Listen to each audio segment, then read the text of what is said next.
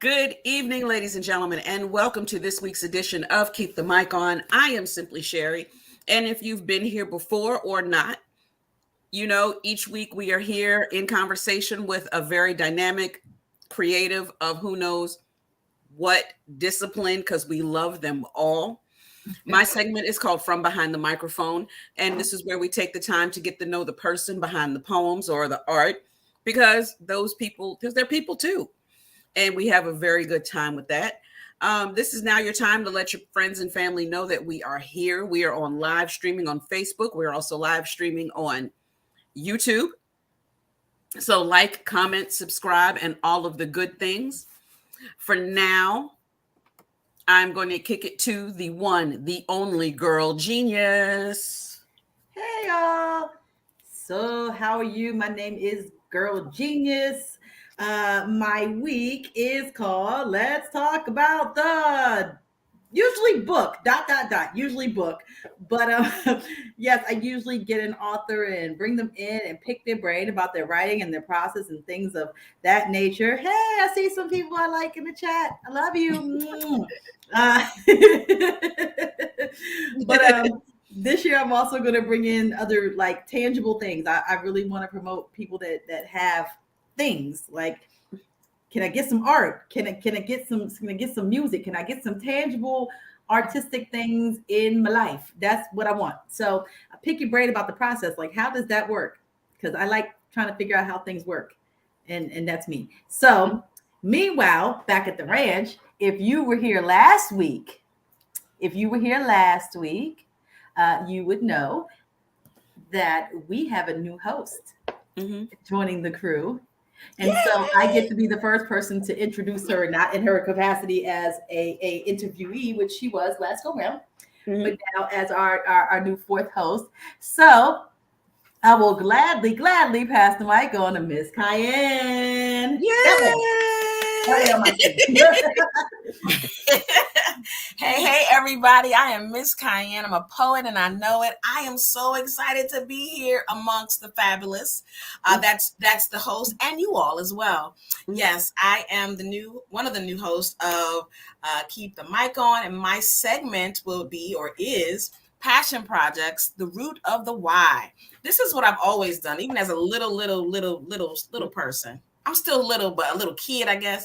I'm asking why. I went past the 2-year-old stage and I continue to ask the why, and always curious about, what is the root of anything. And one thing I learned in this social entrepreneurship is that you have to have a why that keeps you going when everything is awry. So I want to know and interview other creatives. What's their why? So I'm excited about being able to be a part of that, a part of this awesomeness, and share with you guys information beyond just their art, as our Simply Sherry has stated. So stay tuned for next month's guest. I am going to hand this microphone over to the hostess with the mostest, the one, the only, Miss KaNikki Jakarta. I love it. Welcome, everybody. This is my perfect opportunity to also tell you that you should support us. And how do you do that? You tell everybody, like you come here every week and you watch us. So you share it with other people and let them know that they should watch it as well. And if you want us to continue to keep the mic on and you would like to support us financially, at the bottom of the screen, you'll see scrolling to support us so that we can keep the mic on. What you do is cash app us any coins that you would like. We'd appreciate you, because don't mind my undone nails. Okay, these platforms are not free. So yeah, that's true. I am KaNikki Jakarta. I am going to be your hostess for tonight. My night is called. What happened? So we're out. Oh, you're out. Yeah, we're leaving you the floor. Bye. You see how the folks leave you? You see how they do? You see what I'm saying? So anyway, I'm gonna be your hostess for tonight. My night is called Poets and Platforms. Let me readjust my camera. Where I interview poets who have platforms for the arts. And it can be different types of art. Sometimes the poets have different types of artistry, not just poetry. So they may be a poet and have other things. And this is a perfect opportunity for me to introduce my person for tonight. Listen, I have never met her in person, but her name precedes her, right? So I've been seeing people were like, you got to meet this person, right? You got to meet this person. So I'm going to say, definitely you have to meet this person. After reading her bio, I said, yes, I definitely have to meet this person. I've been seeing her online and she's amazing already. Like when I read this bio, and let me just tell you, I'm going to read you a little bit of her bio before I bring her on the screen. And I'm just going to say that a lot of times when you read these bios, they're expired before they get on the show, because people like her, they continue to do things. So as this is written, we'll find out if anything else has happened since the bio. So my special guest for tonight is Kish the Lioness. She's a Baltimore-based creator, providing and protecting community art platforms of all kinds as a means of communications and therapy. Kish is a mom of 4. She has been an entrepreneur for 9 years, providing loving and educational childcare to kids in West Baltimore. For the last 5 years, Kish has pioneered art in Baltimore City and surrounding areas by performing, featuring at, and curating artist showcases, open mics, and community back to school refuse. Kish is the executive director of the Poetry Party. She leads a poetry cartel of creatives pursuing passion on a weekly open mic platform for 2 years, probably more than 2 years now, because I don't know when this was written. As the CEO of Sister Sessions Network, the collaborative arts and entrepreneur coalition for women and girls, Kish models is broken women make spoken women and believes we should all use our voices to heal, help, honor ourselves and each other. She just launched Poetry and Locks. I want to know about this. Aiming to provide natural hair care, education, and therapeutic poetry instructions to heal the heads and the hearts of marginalized Black girls in Baltimore schools. So yeah, welcome. Welcome. Hi. Oh my Hello, gosh. beautiful. How are you? I am amazing. That was nice listening to. Thank you. Yes, because sometimes you don't even think about all the stuff that you do. The stuff that you do. So yeah, it's very, very impressive. I'm so excited to be here. I'm so excited that you said yes. Let me say this because I know it's you.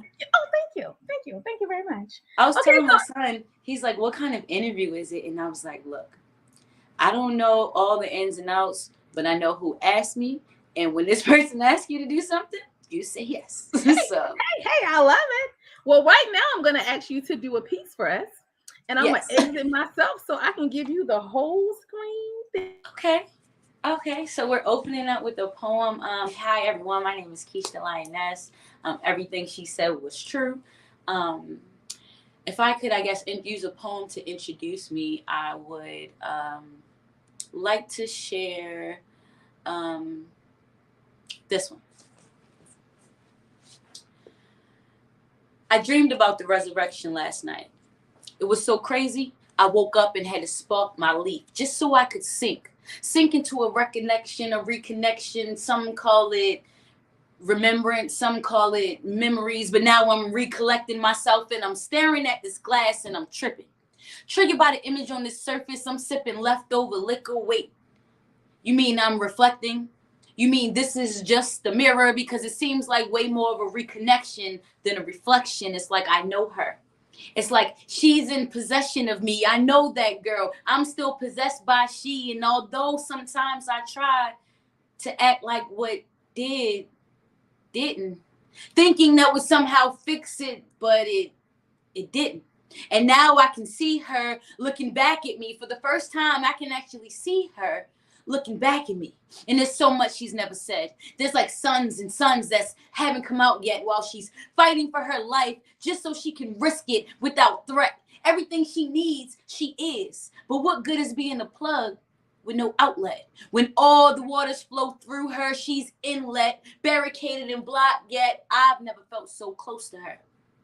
It's like I'm only open to every door that is closed to her, and she refuses to be enclosed, enslaved. She disputes all these supposed to be's and does the most. So much that anything holy is only a ghost to her, yet that halo, the halo, is still over her head.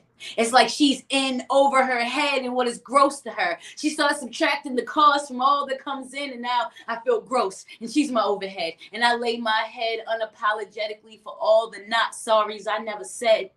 All the oh my bads I had to say, all the fuck yous I should have said, all the phone calls I should have dropped, all the photos I should have cropped, for the memories I should have forgot, for the dead end that I started, like that tied knot.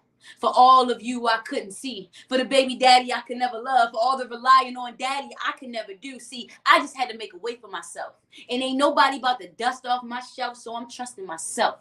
And I can never rely on yours. So I'm loving myself, but I'm not sorry. I'm not sorry I gave up if I gave up on you, because even if I lost it all, I learned how to save up. I started with my parents and forgave up. I forgave up. Even when I lost it all, I forgave up. I started with my parents and forgave up so I could give up all the shame. Honored to take all the responsibility, but none of the blame. None of the blame so I could change. I could change my lane. I could change my mind. I could change my heart so I could heal, so I could shed, so I could only feel every not sorry I never said. Thank you.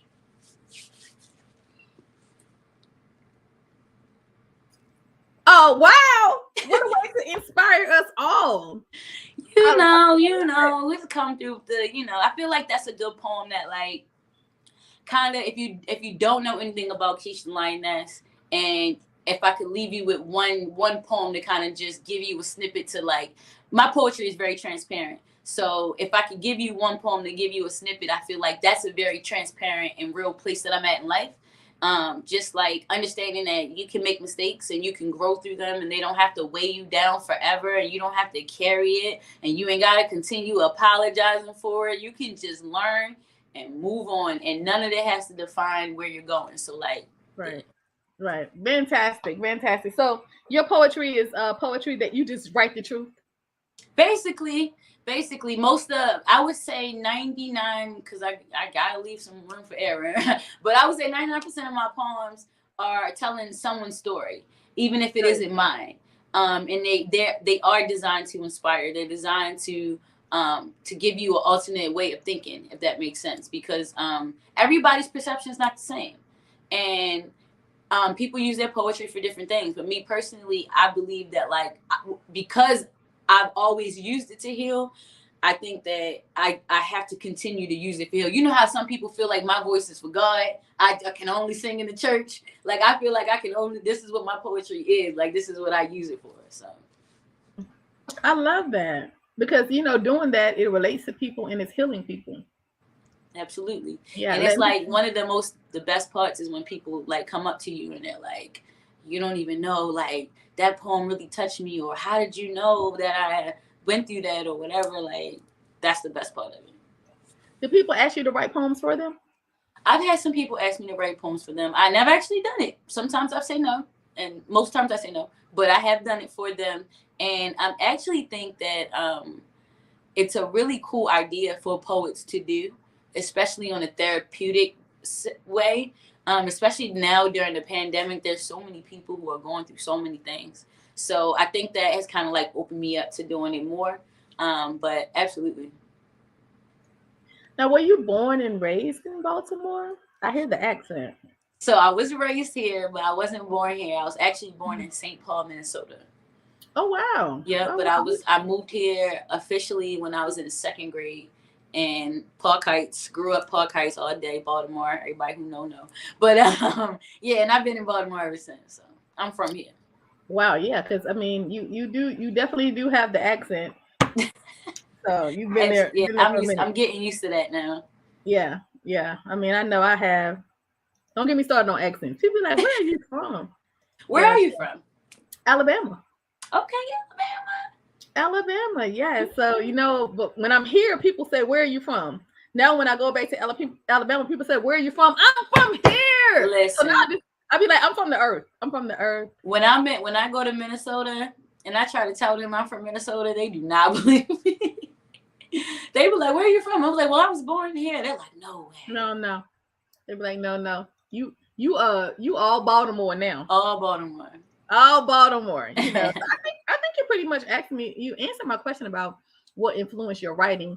When you're going to perform on the stage, right? When you're featured, okay, Mm-hmm. when you're a featured poet, do Mm-hmm. you plan what poems you're going to do and what you're going to say in between the poetry? Yes.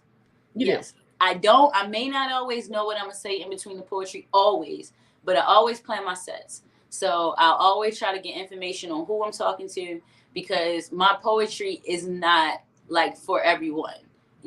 Every poem is not for everyone. I'll say that. do. So it's important to me to know if I'm talking to older people, younger people, if this is like a party that has poetry added, if it's an open mic, if this is just a show, just me, if I'm a poet at a birthday party, because all of that matters. Your audience, how well they're going to listen, how well they're going to buy in, just all of it. So yes, I try to plan it out as much as possible. Okay, so when you get up there and you planned out your piece, right, and you're doing the poem, right, and you like, okay, these people not really feeling me. Do you change? Do you change your poetry? I've switched it up.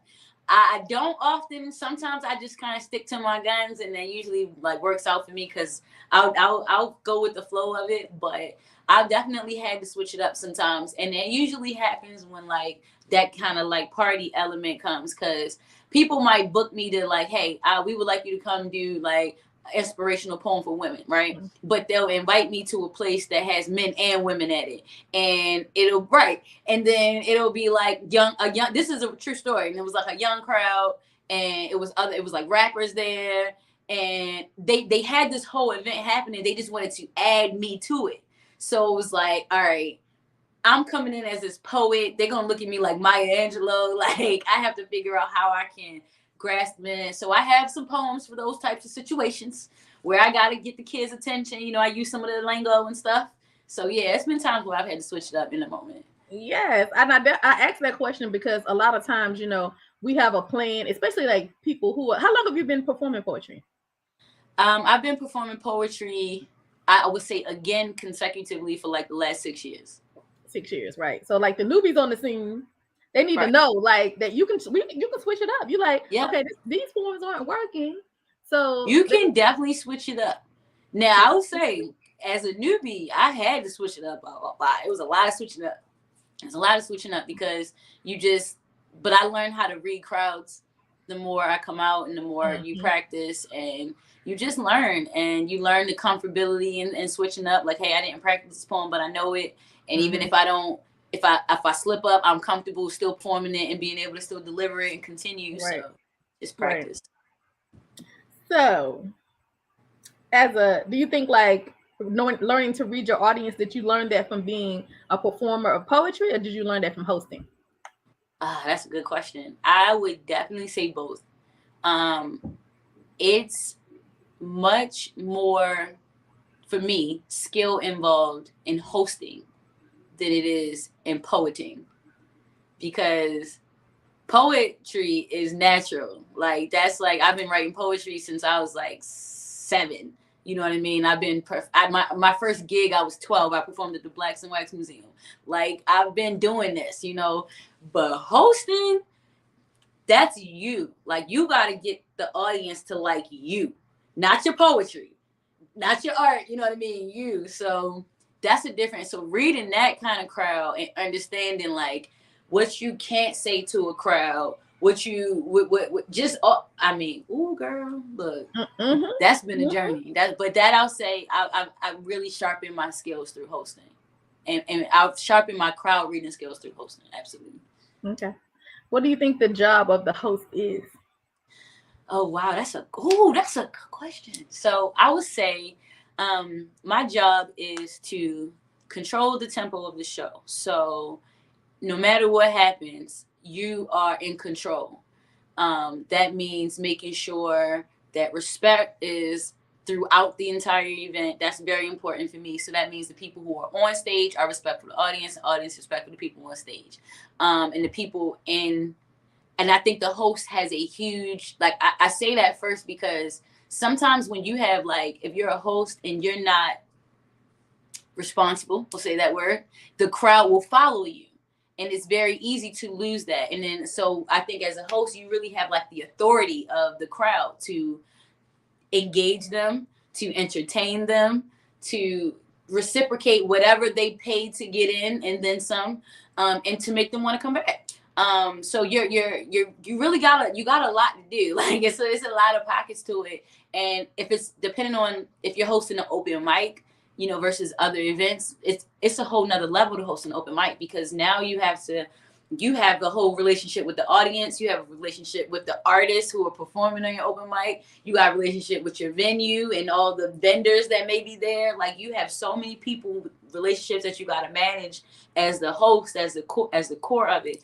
So I love it though. Oh my gosh, let me just say it's a lot, but like I definitely love it. And I think that at the poetry party, we kind of have, and so yes, you're right, it has been a little over 2 years, but we've developed like this blueprint almost that has just worked for us consistently to manage all those relationships. But as a host, I would say there it is, managing relationships. That is a huge part of hosting, because you got to manage all those relationships. If I could sum it all up, there it is. Yep, definitely. As an organizer, when you think about when you're putting the event together as an organizer, do you think about how it feels as the audience member? Yeah, so I try to. So absolutely. When I am thinking about all the different pieces, I think about where I've been, what I would like at the places that I've been, and if I would do anything differently. And that's the only time I ever think about where I've been, if I would do anything differently. I because I try not to be like too inspired, but a lot of times we walk into these places and the first thing we do as organizers is we start thinking about organizing it. Like let's just be real, we just start thinking about it. So I'm like, oh, this is really cool, I really like this. And then it's like, oh, but what if they had did this or did that? So that kind of like helps. But I try to attend a lot of stuff. It's not easy to go to everything, but the more I attend stuff, the more I try to remind myself what it feels like to be at these places. And because it's so easy to lose track and to think you just know everything, and even just moving with the times.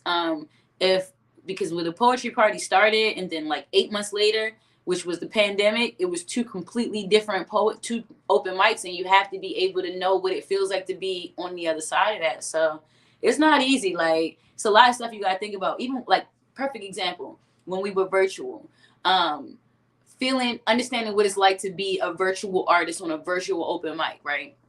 So you got people who might be waiting in line on a list. How can we accommodate people who are waiting in line on a list? It's just all kinds of stuff that you got to think about that you never would have thought you would think about. Like, it's pretty cool though. Like I gotta keep running it back. It's intense. A lot of work. I do think it's definitely important to just remember what it's like to be on the other side, and the best way to do that is to keep putting yourself on the other side of it. Good advice. Thanks. So why Kish the Lioness? Why that name? Okay, great question. So as you can see, I love lions. I got one behind me. I got one on the wall over there. Like I'm a Leo, so it is always big Leo energy all the time. But when I think about like a lioness and what she does, it's like, let's be honest, all the work in the kingdom really is her. You know, the guy, they get the credit, but it really be her. All the hunting, gathering, taking care of the kids, you know, the work, everything, the intelligence. It's the women. So I think of, and it just kind of reminds me of like, I feel like we're all lionesses. I feel like we are lionesses. So I own it in myself. I'm so happy my mane has finally grown in, because it makes me feel it's giving big lioness. But I just kind of embody that, like that nurturing motherhood, like my kids, my cubs, my other lionesses, we pride together and we run shit. Like that's it and that's all. Like, and anybody, and it's all of us. It's not a me above anybody. It's really a us thing. And so even with like poetry and locks, there's a workshop in it called Hear Her Roar, and the whole concept is to teach girls to bring their roar out, to know that they can roar, that you is a lioness in all of us. Like, so that's really the premise behind that, and it feels good to say. Mm-hmm.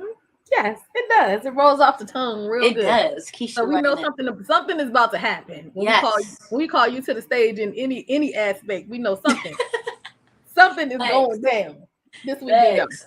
Yes. So you brought up the poetry party. So let's talk about that. You said it's been a little bit over 2 years, right? So it's been 127 weeks. Because that's how we got to count them. 127 weeks. 127 weeks. So, yep, a little over 2 years. We hit our 2-year mark in September of last year. So, about 2.5, almost 2.5 years. Okay. How did you choose that name? Oh, man. So, the idea was that same party poetry element. I've been to enough of them open mics where I realized, like, this is cool, but, like, let's do it right. So, it was like, how can we bring... I wanted it to be a vibe. We wanted it to be a vibe. It was a collaborative effort with the original venue that we started off at. But the main premise was like, yo, we want to bring back that Wednesday open mic vibe that Baltimore has been known for so long. And it's not happening right now. But we want to remix it into our own consistent, tangible platform, sustainable platform that will be here for people no matter what. And as soon as we started, man, it popped the first day, and it hasn't stopped since. So it's pretty dope. I can't tell you how many people have sent me these videos from the poetry party. Like on that's Instagram. lit. So many people. It's like, hey, have you been to this? Hey, have you featured about this? Do you know this person? Hey, yeah. I was like, child, who is this child? Right. Who is this child? Because they getting it in during this pandemic. Okay. That's beautiful. Yeah. So that's how I first learned about you, actually. People sending me. And that's been an amazing opportunity. Shout out to Mavo Productions, one of my business partners, Marcus G. Laureate. We had an opportunity back in 2018 to do an open mic called Austin Culture, and we had artists come and we filmed everything, and artists could get footage, and it was really dope. We had a couple people from DC come through. It was awesome, and we did it twice. We was way ahead of our time, clearly, but we built this relationship because of that. And now fast forward, 2-3 years later, we were doing a live stream open mic like this on Instagram because of the pandemic and all the venues were shut down. So every Wednesday we were just doing this. We linked back up with him. He's like, yo, we can produce the show. Like, we can just produce it. So once we start producing it, they just opened back outside up to like 10 people. So we were at a point where we literally could only have 10 people in the building at a time. We had artists outside the building in their cars.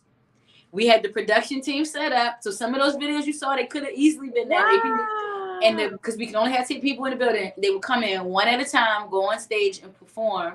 And we would be in the audience. It would be like 5 of us. And we would record it. And they could keep their footage. And we would stream it live. So they would be performing for everyone on YouTube and everyone on Instagram watching. And then they would have to leave. And we would sanitize in between. But like, we were so adamant about like keeping it sustainable that by the time outside opened back up, it was just like an influx of everybody. They was like, oh, I want a video. So here you talk about the video. It's dope because it just, that was like a time when we were building, like we were making them videos when we didn't even have people in the audience, some of them. So it was pretty cool. Wow. I'm impressed with whoever did these videos because you would not know that was what was happening behind the scenes. Yeah. So let me get this straight. Do these poets get to keep these videos? Yeah, so some of the art, so the way it works is you have an opportunity to purchase the footage. The footage is like $35. So it's really cheap, it's super affordable, and it's like if you get it in advance, if you get it, now you can always get it, but if you get it late, it's like a late fee. But so many, like Chakra, he's gotten so many videos from us, like we're at the point, we just gave him a membership, like he's a member, like an official member to the poetry party, because it's like, he supported the poetry party and came so much that he literally helped keep the platform alive. So while we were helping him, he was helping us, and people don't understand that's how it works. So even when we couldn't even have an audience and we weren't making, mind you, we weren't making no money. We were coming out of pocket for this, but at a time where people were literally just dedicated. When artists continue to show up, then it's like, all right, well, we're doing this for a reason, because like people are still showing up, so they must need it. You know what Right. I mean? They must need the platform. So it's been dope. The videos have been great. I'm very honored. Like I said, shout out to Melo to be able to partner with them and have them produce our show to the capacity that they do. And we just got some new 4K cameras for 2022, so the footage is about to get even better. Hey, now, Yes. hey. I mean, footage alone, you know, as an artist, you need that, because people who don't know you, people Exactly. they want to see some performance by you. Exactly. And if you have nothing, you know, you can't have the little camera phone, you know, footage, and you try to do a professional show. Exactly. So that alone is a reason to come. You know, and that was the main thing. It's like we all need, it's like that thing where it's like you need a job to get experience, you need experience to get a job. It's like, what came first? So it's like, all right, let's just make it easy for people. Like, come, you can even like practice ahead of time. Like, we have time slots open from 5 to 6 where the artists can come and practice there, because like a lot of people have never performed in front of lights and cameras before, so they kind of get nervous. Like, we really like try to make it so like you have it and it's perfect, and if it's not perfect, we'll reshoot you next week. Like, we'll be here, you know what I mean? So yeah, the footage is like, it's growing, we're getting better. We've had some hiccups because we got interns, they're learning the equipment and stuff, but it's a dope opportunity, like the whole thing from start to finish. So artists, if for nothing else, just come get your footage. Like, come get a good, nice performance shot of you killing it. Like, that's awesome. So when you look at it, is it what you envisioned or is it different? Wow. So I don't know if I envisioned this when I started. I think that when we started, we thought we was just gonna keep packing out the tiny restaurant that we were in, and that's no shade of that restaurant because they were dope. But I'm just saying, in means of capacity, it was probably like 40 seated seats, and we were bringing like 80 people in there. Like, it was insane, and we did it every week, and you know, it's a pandemic hit. I gotta stop saying that word, but so I don't know if I envisioned past that. It was a whole different setup. I was like making a percentage off the bar. It was really, I didn't have as much control as I do now. And so again, we speak about the pandemic. It really just kind of shifted things. And it's like, you know, I did daycare for 8 years. And then when the pandemic came, it closed my daycare down. So it's like, what are you going to do? Like, what are you going to do with your life? And so I really had to turn what I was doing into a full-time business. So the Poetry Party is a full-time business. It's legally registered in the state of Maryland and everything. So like, I found a way to turn poetry into a job, not just for myself, but for others. Like, everyone gets paid every week. Like, it's awesome. So when people support the Poetry Party, you're supporting a Black business. You're supporting people getting paid. Like, not just me, Kish the Lioness, I created this company, you're supporting me as a Black owner. Like, no, you're supporting probably about 25 other Black businesses, whether it's the DJ or the production company or the security guard or the bartender or all the people who come together to make that event happen. So it's important and it's integral for everyone to like kind of like keep that in mind. But again, for nothing else, come get your footage. Come get your footage. And I will say, you don't need to stop saying the pandemic, because the pandemic is what happened. The pandemic is part of your Hollywood story. Thanks, girl. You are so right. So yeah, so when when you get an interview for your Hollywood story, you be like, well then, you know, when they say, and then so she had this successful daycare, and then you know how they had the music dun dun dun dun dun dun, and then the pandemic came, yes, and then she had to figure out how to turn poetry into a full-time career, into a full-time. So you see what I'm saying? This is awesome. You should narrate it. I should narrate it. Yes, that's what I'm talking about. So before this, you were a daycare provider? Yes, I was a daycare provider. Keisha's Kids Family Care. Shout out to the daycare. Yep, I probably raised about good 14 kids over the last 8 years. So they're all in school now. But yeah, I love that. That was dope, and that was probably some of the best years of my life. So in your bio it says you've been an entrepreneur for 9 years. Yep. So how old are your children? How old are my children? Mm-hmm. So my personal kids or my daycare kids? No, your children. Okay, so yeah, my 4. I have 4 kids. My oldest is 14. He'll be 15 this year. Then I have an 8-year-old who'll be 9 this year. And then I have a set of twin girls, and they will be 5 this year. So they're all about 5 or 6 years apart. They're all from different parts of my life. That's what I mean. You can just restart whenever you want. Okay, so check it. Let's inspire some folks right now. Okay, let's inspire some people, right? Because you say your oldest is 14, but you've been an entrepreneur for 9 years. So the 14-year-old probably doesn't remember when you weren't the entrepreneur that you are, right? And then you have other children that you brought in who that don't know anything other than that. They don't know anything other than that, right? No. So as a mother, because a lot of the time, and let's just be transparent here, right? When you are whoever you are and whatever you're doing before you enter into motherhood, right? Most times women have to stop that to raise their kids, right?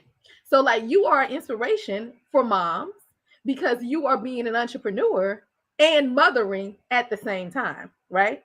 So speaking from these women who are watching you, who are moms, who are aspiring to start a business, be an entrepreneur, and not sure how they will do that, how do they do it? How do you do it? You gotta do what's for you. Like the first thing is to don't try to do anything that anybody else is doing.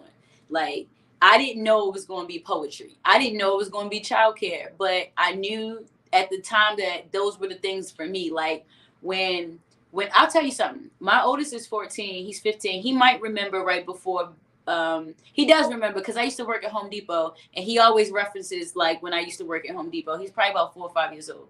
And I remember when I quit, I was at that company for 4 years. And by the time I quit, and now I started when I was like 19. So let's say 19, 20, 21, 22, 23. I don't know, the very early ages, right? By the time I left that company, let's say I was 23. I was making $57,000 a year, and I was the assistant operations manager, the only black manager, the only female manager when I left that company. Everybody told me I was crazy out my mind. Like, why would you leave? You're 20-something years old. You're making all this money. You got benefits. You got 401k. You got stock in the company. All of this stuff. Right. Girl, I hated that job. And this is so if I can be real with y'all, like I'm trying, we talk about I hated my job. I hated the fact that I like football, but because I was a woman, they tried to schedule me to work on Sundays. I hated how they tried to play with me. So one day I made the decision, because we all get to that day where we make the decision, if that's for you, because it's not for everyone, but if it's for you, you get to that day, you make that decision. And when I gave my boss my resignation, he didn't even give a damn. Like, he was just like, you sure? I was like, yep.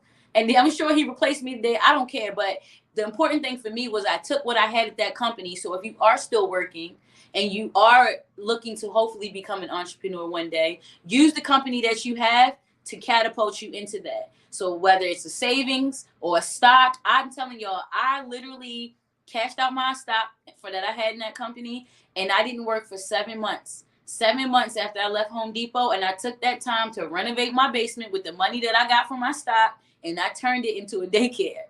So, and then I did daycare, and I had my kids, and I didn't get my first kid for like 10 months. I didn't get my first kid for like 10 months. But after I got my first kid, I got another kid, then another kid. Then by summer, I had like way more kids than I was supposed to have. Don't tell the Don't tell the people. But it was like, you just have to believe. But it's got to be the thing that's for you. And then when the pandemic came and shut all that down, and mind you, it was probably a little bit past this time because I was kind of losing my passion for it. I ain't gonna lie. But that's because my kids were growing up and it just was, everything was good. And I was kind of like moving towards poetry. But the pandemic came because things will come and catapult you and turn your life around and flip it upside down. And then you got to decide, all right, what are you going to do? So just make sure whatever you choose that is for you. And then you just don't stop working at it. Don't stop working at it, and include your kids in it. Include your kids in it. If you're a mom and you want to be an entrepreneur, you have to find a way to include your kids in it. When I tell you, my kids come to open mics, they come to my shows with me wherever possible. We just went to Charlotte and did a poetry party live in Charlotte for the first time ever. Both my sons were there with me at the show with their poetry party shirts on, because that's what's going to make them see value in what you do. You're going to have, you get to double down because you get the quality time with them. So, and You don't have to sacrifice one for the other.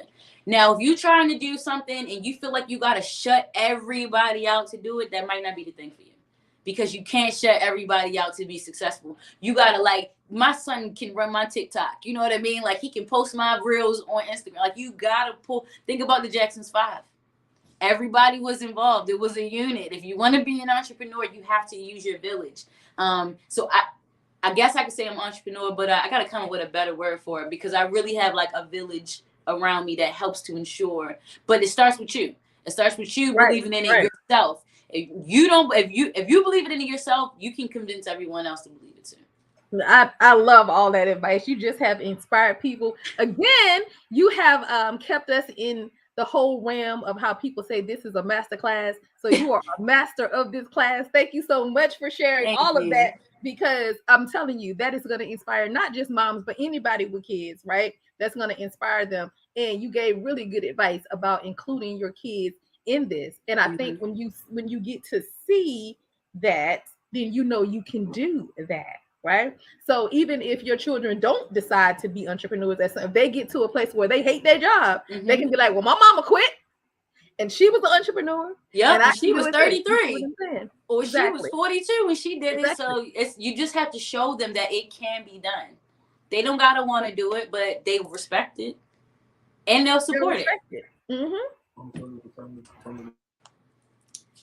I'm glad I got my kids' support, like, because they don't give me a hard time when I gotta go do art stuff. They don't you know why? Because it's their life. You understand what I'm saying? Like, you know, as a mother, right? My mom, when I grew up, my mother, she had 3 children, right? So it's 4 weeks in a month, right? So one weekend, you know, she took one child, whatever you want to do this weekend, whatever you want to do this weekend, whatever you want to, and whatever other weekend is left, it's mine. Okay, right? I like that. So I never felt like, you know how people, they put all their effort, they got to be there. My mom was like, where y'all going to spend the night? You call your grandmama, your auntie, your friend, because we're going somewhere that weekend, because mama is going to the club. You understand what I'm saying? My mom was a young mom. She started having kids. She was married and had her kids at 18, starting at 18, 24, 28. So she was a young mother, right? So she still wanted to kick it, right? So that's the way, you know, I never felt neglected. I knew mama had to have her time. She always got to be, you know, free, and it was good, right? Yeah. That's what I'm saying. When you're laying that foundation, yes, like children will, you're laying the foundation, right? They'll just conform to that. They'll follow suit. They will follow suit. Yeah, that's the thing. So yeah, we gotta teach the people. So it was something that you brought up I wanted to touch on.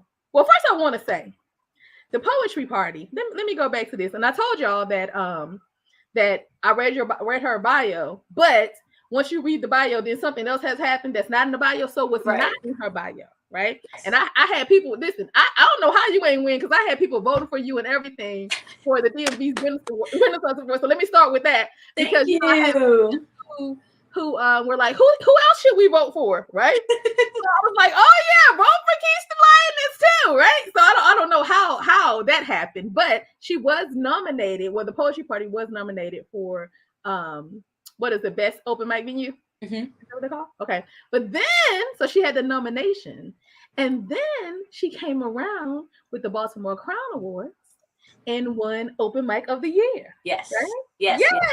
So like, you know, we're definitely, people are definitely paying attention to what you're doing.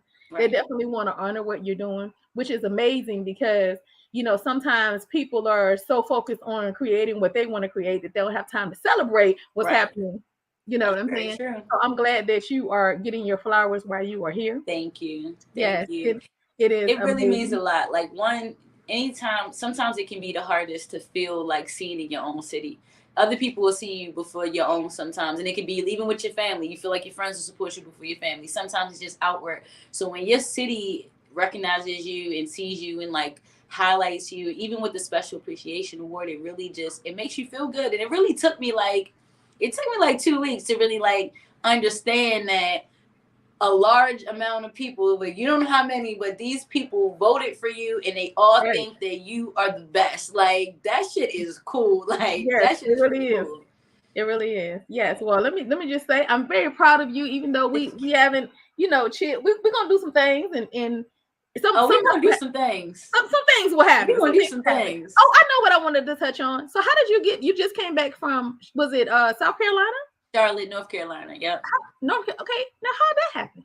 So we've been looking. That's the mission. The goal is to always have the platform here in Baltimore, but we want to really take it other places too. When we were live, doing Instagram lives throughout the pandemic, we met so many artists throughout the nation, in other countries that we've connected with, that still follow us, that we do live open mics with on Clubhouse. So it's like the goal is to reach these cities. Charlotte was just the next city. Our operations manager, who is also a poet, he goes by the name of Frank Expressions, he just moved to Charlotte. So it was like, that's it right there. You're moving to Charlotte. He's still a part of the team. He still works in Baltimore. So he still frequents the poetry party. Let's build it. Let's make it. Let's find a venue. Let's set a date. Let's find the artists. Let's find the art community. Let's get engaged. And he moved there about, I want to say, please don't quote me, I want to say like springtime last year. And he's been in the city, connecting with artists, going to open mics, finding out who's who. And we connected with a Black business owner who also is in Charlotte, who is from Baltimore.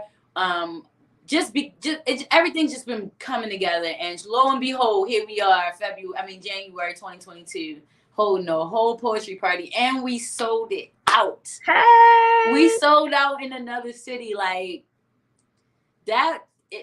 I'm still trying to take that all in. Like, you had a whole venue full of artists and guests from people who don't even know you. Mm-hmm. Like, and they were excited and they loved it and they had the time of their life. Like, as you can see, I'm still excited about it. When was it? When did it just happened? Yep, it was January 15th. So we had it the weekend of Dr. King's birthday. Yep, and that was our 125th show. So it was pretty Look at that. We got a dream. Yes. And that was intentional. We chose that day because we knew it was going to be a long weekend. It was Dr. King's Day. It's a part of our dream. It just made sense. And we had 1 month to pull it off. Like, we got the yes from the venue December 15th. We had 1 month to make the flyer, to put the event, just 1 month to make it all happen. And we made that dream happen. It was... Well, congratulations. I'm definitely looking forward to seeing what else will you be. Maybe Virginia, we not far down here. Virginia, you don't even have to go real far. Virginia not that far. We definitely drove through Virginia. Exactly. We're not that far. Let's make it happen. Yes, let's do it. So listen, I don't want to get stuck on the poetry party because you have other things. So I want to have opportunity definitely for people to ask you questions in the chat too. So let's talk about the Sister Sections Network. What's that? What's that about? You're the CEO. Sister Sections Network turns 5 this year. 5 years old.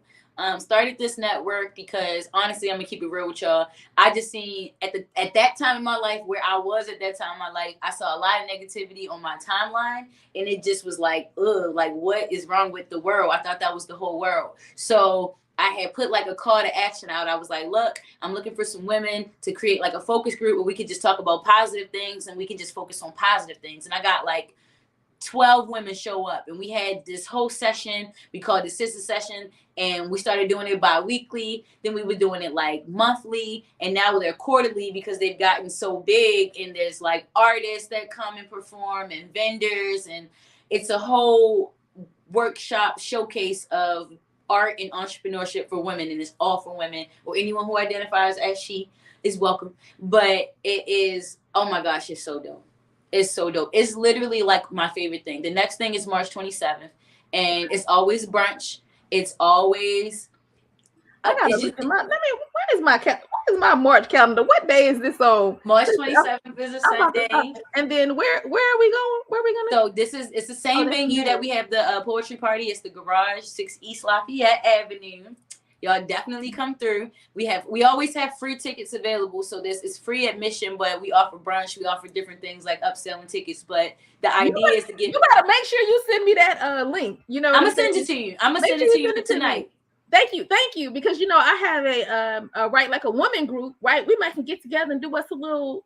Yes. I'm dead serious. Like, I'm so serious. I like last month, and then November, I had somebody do a twerk demo That was so cool. Wow. We had So it's like it's a brunch, right? It's a brunch. It's 11 to 3, but you know, brunch is 20 11 to 3. So. That's perfect. That's perfect because I can get there and then still get back home and still get back home. See what I'm saying? See how that can happen? I'm gonna do that. Do not forget me. Don't. Yeah, I'm not gonna forget you. I'm gonna make sure you get the information. But and it's funny because sister sessions, I have quite a few people that come up from Virginia, like Charlotte Moore. She was there at the last one, and my girl, what is her name? She dances and sings, and she had the girl that played the harp. What is her name? Oh my gosh, it'd be all kinds of stuff. You never know what you're gonna get at a sister session. Oh yeah. She had a girl that played with a harp with her, and she got locks. She's brown skin. She's a singer. She plays a guitar. What is her name? It's right. Somebody tell us in the chat, child. We got I see her. She's who I'm talking about?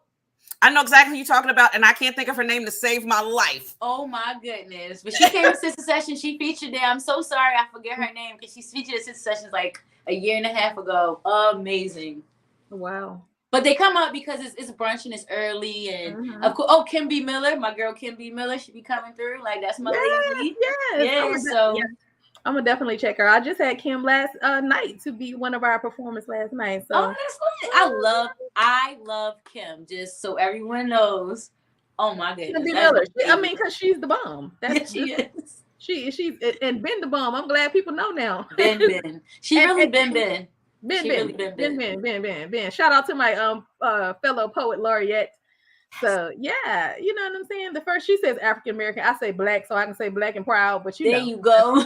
That's a whole other story. I respect it. So listen, we need to learn. Wait a minute, hold on. Okay, I want to make sure we cover all these platforms right before we ask you some more questions about yourself, because we like the story behind whatever, right? And sometimes like your people talk about like platforms, like we don't just want to know how you founded your business. We want to know what was happening before that, right? Like who you are as a person. Mm-hmm. You know what I mean? And that's what we really like fall in love with. We'd be like the fact that you were talking about being a mother. We'd be like, she did it, right? And let me bring out my country accent. She did it and she got 4 kids. See what I'm saying? Fold them joints. You know what I'm saying? So we like to know things about that, like that. So I read, so I'm thinking this just started. It says just launched. Yes. Poetry and Locks. Yes. Okay. So you're going to do some hair, right? You'll do some hair care, some therapeutic poetry. What's going to happen? Tell us what's happening? Yes. So Poetry and Locks was a concept that I came up with during the pandemic. I had an opportunity from this dope ass Black woman that I met on Clubhouse by the name of, her brand is called Curly Executive. She heard me talking about the poetry party and stuff I had going on. She gave me a grant to her marketing course. In her marketing course, it was like a 14-day course where you had to create a whole concept. So that's where I created this concept. She wouldn't let me use any concepts I already had. I had to create something new. And she was like, I want it to be you. What are you passionate about? What do you love? What do you care about? And I was like, all I really do is poetry and locks. And she was like, well, there it is. And I was like, oh, you're right. So then I had to like create it. Like, what is Poetry and Locks? So Poetry and Locks started off, and I'll tell you what it has evolved into. So it started off as a therapeutic hair care service, so women can come and they can get their locks done and they can enjoy poetry, whether it's live or taped or any kind of like CD, whatever it is.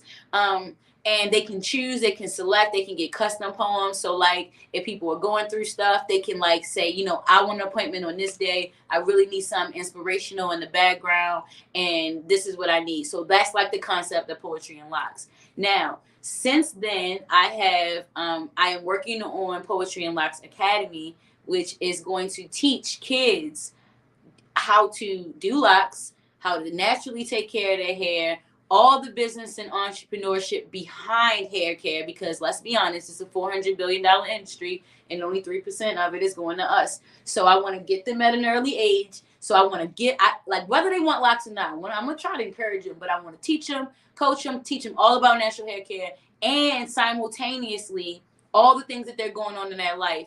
There'll be workshops, poetry workshops. They'll be learning how to do power poems, which is something we created that basically you take something that makes you feel weak and you turn it into a power poem. Like it's gonna be really, really dope. So that's something that I'm like working on right now. I already have pitched it to a couple schools, and I'm waiting for like some yeses. I say that I'm waiting for my yeses, my full yeses. I got like some maybes, but yeah, that is what I'm kind of like keying in on moving forward into the new year. I'm really excited about Poetry and Locks. That's amazing. So I need all the poets with locks in on it. So right.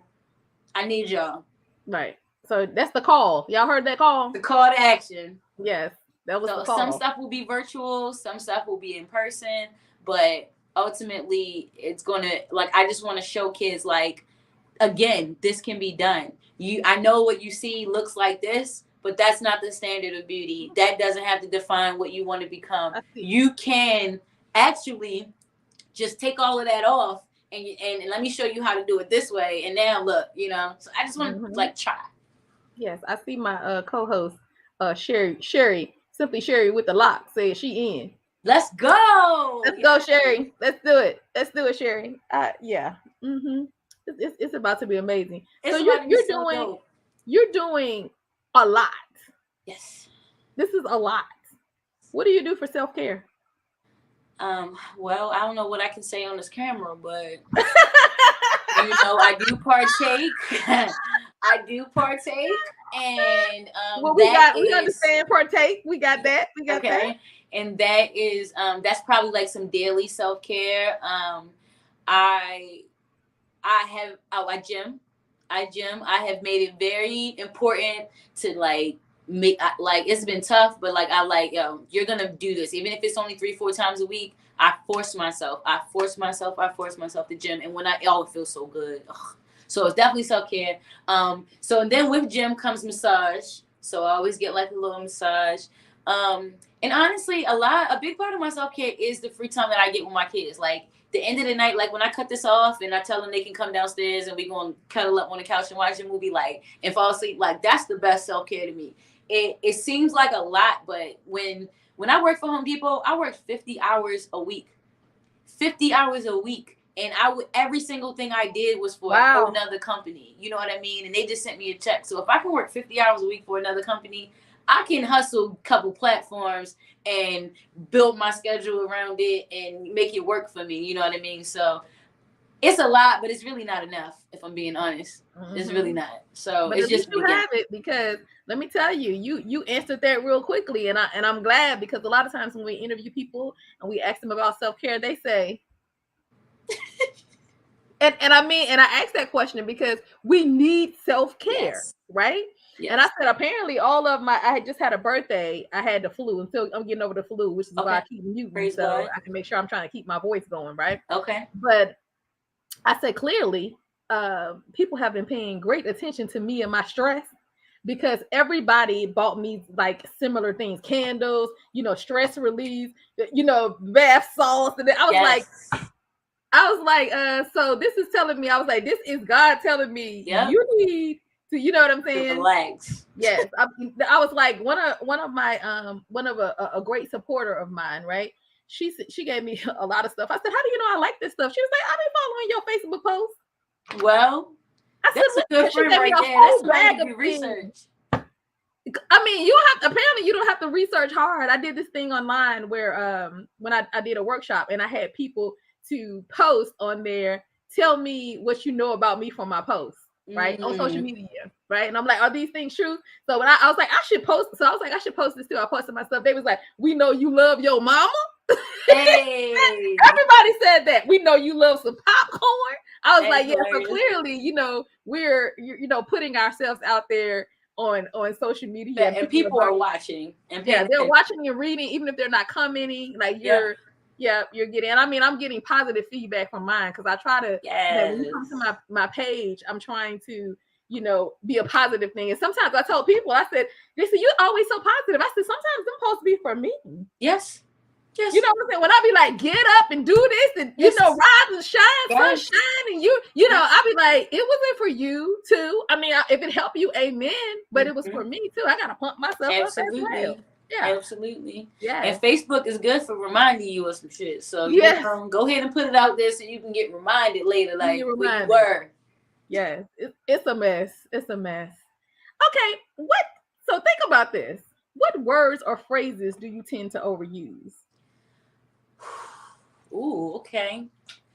So I've been told that I say see a lot. Did you say So see?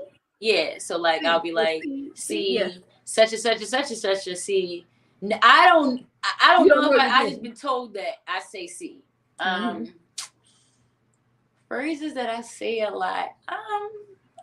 Oh, I'm gonna have to ask some people around me. I'm gonna come back with better answers. But that one I have been told. Okay, cool. So do you think you probably say I'm gonna see what this answer is. Do you think that the internet and social media contributes to the well-being of poetry?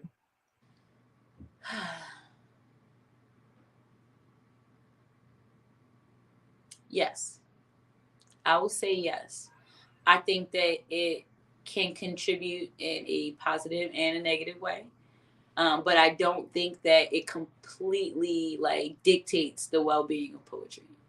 So Good answer. Good answer. yeah, I think that depending on what's out there and what we put out there as curators and poets and organizers and people who are well respected, again, we talk about following suit. What you put out there as a poetry leader can definitely affect the well-being of poetry, whether it's positive or negative. Again, we create, because there was a time where poetry lives on Instagram didn't exist, and now they do. That's added value to poetry. But because this now exists, there's also opportunity for all kinds of shit to go wrong. So Right. it's like, yeah, you have to, be responsible for it. It's like with great power comes great responsibility, True. But I don't think it dictates the entire well-being of poetry. And I think that if, as curators, we are steadfast in our platforms and ensuring that real, authentic, open mic platforms for poetry, whether they're showcases, continue to happen offline. Because people in the world are so easily disconnected that if we don't want to forget what that feels like to be there and to be in that space, and the reason why those spaces ever existed and continue to exist. So I think it's a responsibility on both ends to really just have balance, to like capitalize off technology and the way the world is moving, but also remember like that should be like a vehicle for this. If anything, social media and online platforms should be a vehicle for like live entertainment to me. Because to me, that's what's real. That's what's real. What do you consider your greatest achievement? I mean, my greatest achievement is, I want to just be like cheesy and say being a mom, but I will say being a mom and an entrepreneur at the same time. Because I know I could do either one easily, but doing them both is constantly every day me waking up and like forcing myself down my purposeful path, because it's not easy. So it's like an ongoing achievement. It's like I have to do it every day in order to say I achieved this. You can't just do it sometimes and then stop doing it and then say, oh, well, I used to be an entrepreneur and a mom at the same time. Like, no, every day I have to be a mom and be an entrepreneur every single day in order to say I'm a mompreneur. Like, this is what I do, and I think that's probably my greatest achievement, just waking up every day and killing it. And it's not always easy, and it's not always pretty, and it's not always glitz and glamour, and this shit is not always easy. I'm gonna say that again, but it gets done. And that is an achievement. So I think just not giving up. It's 9 years, it'd be 10 years in May. 10 years in May since I started my business. You know what I mean? It's been, it'll be 10, like, so I started my business in May, but I quit my job, I told you, 7 months prior. So I count like the day I quit my job and then the day I became an entrepreneur, 2 different days. I don't count the day I quit my job because I wasn't an entrepreneur that day. I was unemployed. People get that mixed up. They be like, oh, I quit my job, I'm an entrepreneur. No. You're not an entrepreneur until you set this thing up. You have to do the work. You can't just say I work for myself. Like, you gotta, what is it? What do you do? Like, so it took me 7 months to become an entrepreneur, but it'd be 10 years. It'd be 10 years in May. That's a big accomplishment. And I've been a mom the whole time. It's huge. It's huge. Love it. And I appreciate moments like this, because I promise you, outside of these moments, I don't be thinking about this stuff. I gotta go do the math and count and be like, damn, it'd be 10 years this year. What? I gotta throw myself a party. Like, yes, recognize that in yourself. If it wasn't for you, I wouldn't even have known it was almost 10 years. So yes, celebrate yourself. Celebrate yourself. And I'm gonna invite you to the party. Invite me. Yes, all y'all. But invite all of us. Yeah. That's what I'm saying.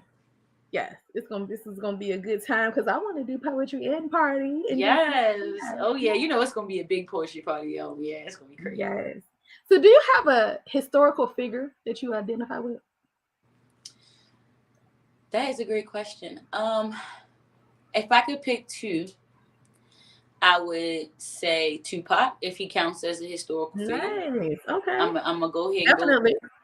And then I kind of like the story of Madam T.J. Walker, because Madam T.J. Walker was like, she reminds me of me, where it's like, I didn't invent the wheel, but I damn sure will take this wheel and ride it out of town. Like, and that's what I plan to do. Like, and I appreciate that, because she gets all this clout, like, oh, she was the first. She wasn't the first, but the way she did it, she made it hers. Like, she didn't try to. Yeah, and I didn't know that actually until I watched the story. Same, girl. You know, I was like, oh, same. Yeah. And when I watched it, I said, oh, I like that. And it was like, people can hate, but it's like, if you're gonna, again, we talk about walking into other people's events, we walk up and we're just like, oh, this is dope. But did you, if you just, and everybody don't want to listen. Everybody don't want a partner. Everybody don't, you know? So to be able to take something and make it yours. And again, I didn't create the wheel, but I'm not the first open mic host to ever host an open mic. But the way we do it at the poetry party is going to be it's its own thing, and it's going to be successful, and it's going to be great. So I definitely say Madam T.J. Walker. And then I say Tupac, because I always reference Tupac is my favorite poet, because he wrote like real, like when I first started writing, it was more like raps than it was poetry, but it's too many rules with rap. So I just was like, yo, I can't deal with that. But Tupac, his Rose That Grew from Concrete, I always resonated with that, because I feel like that's been my life. And when a lot of Black women do, I mean, that's really the plight of the Black woman for real. But the Rose, that poem, it was so sweet and basic, and it just like reminded me that, like, yo, you don't have to have rules. You don't have to have 1,000 alliterations. You don't have to follow anybody. You don't have to be a slam poet. You don't, like, you literally could just write what you feel, and that shit can be dope. And that's how I write. And that's why that's what inspires me to write the way that I write, because he wrote the way he wanted to write. And each poem, like, even like, you know, in the event of my demise, or like a lot of his poems is there, and they're not coming to me the way I need them to come to me right now. But, If I Fail, another one. It was just like, yo, if I fail, like, it's so real, true, authentic that it's like, I don't need the world to approve of it. This poem is for me. This poem is for my healing. And like, so between those two, I would say I identify with. I love your choices. Thank you. Do you have a motto? Yes. Broken women make spoken women. Hey. That is the motto. So, use your voice to heal, man. Like, you have a story, you got a testimony. Like, we here to thrive. We got purpose. When you cut yourself, you bleed, but you don't bleed out. That means you got purpose. You're supposed to survive. Like, your skin heals. Like, we heal. We're supposed to heal. Right. We're designed to heal. Mm-hmm. We just got to do it. And I think the voice is the gateway to it. So, yeah. And a lot of times, let me add to that, you know, that we heal in rest, right? So sometimes you have to be still.